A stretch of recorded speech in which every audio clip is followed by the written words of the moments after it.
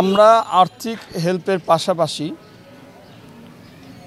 আমরা বিচারের জন্য আপনাদের বুঝতে হবে আমরা বিএনপি কিন্তু ক্ষমতায় নেই, আমরা এখনও বিরোধী দলেই আছি একরকম ধরতে গেলে। আমরা তাদেরকে আশ্বস্ত করতেছি আল্লাহ যদি কখনও আমাদেরকে সুদিনের বাতাস বয় আমাদের, তাহলে আমরা তখন ইনশাল্লাহ পুরো দমে দেখবো এটা ইনশাল্লাহ। আর এখন তত্ত্বাবধায়ক সরকারের সময় রিজভী ভাই নিজে দাবি করে গেলেন যে এদের বিচার যেন ত্বরান্বিত হয় এবং দ্রুত হয়, যদি দ্রুত না হয় মানুষ আপনাদেরকে নেগেটিভভাবে নেবে, হ্যাঁ, এবং আস্থা হারায় ফেলবে রিজভী ভাই বলেছে।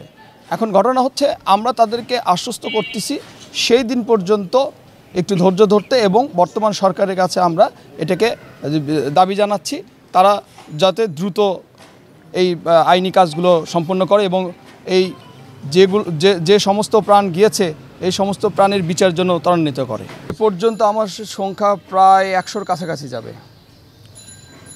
শুধু আমরা এটাতেই ক্ষান্ত হচ্ছি না, আমরা সমস্ত একটা লিস্ট করেছি যারা যারা খুন হয়েছে, বিশেষ করে যারা গুরুতর অসুস্থ হয়েছে আমরা এদের উপর বেশি জোর দিয়েছি। যারা গুলি খেয়ে যারা হসপিটালে কাতরাচ্ছে, বাসা বাড়িতে অসুস্থ হয়ে আছে, আমরা এগুলোর প্রতি বেশি দিয়েছি। আমরা মাঝে মাঝে যারা খুন হয়েছে তাদের বাড়ি যাচ্ছি, কিন্তু আমরা বেশি গুরুত্ব দিচ্ছি যারা গুলি এবং বিভিন্ন আওয়ামী লীগ সন্ত্রাসীদের হাতে চাপাতি বা আঘাতে যারা আহত, এদের জন্যই আমরা করার চেষ্টা করছি, কারণ তাদের জীবনগুলো যাতে রক্ষা পায়। আগামীতে কি পরিকল্পনা?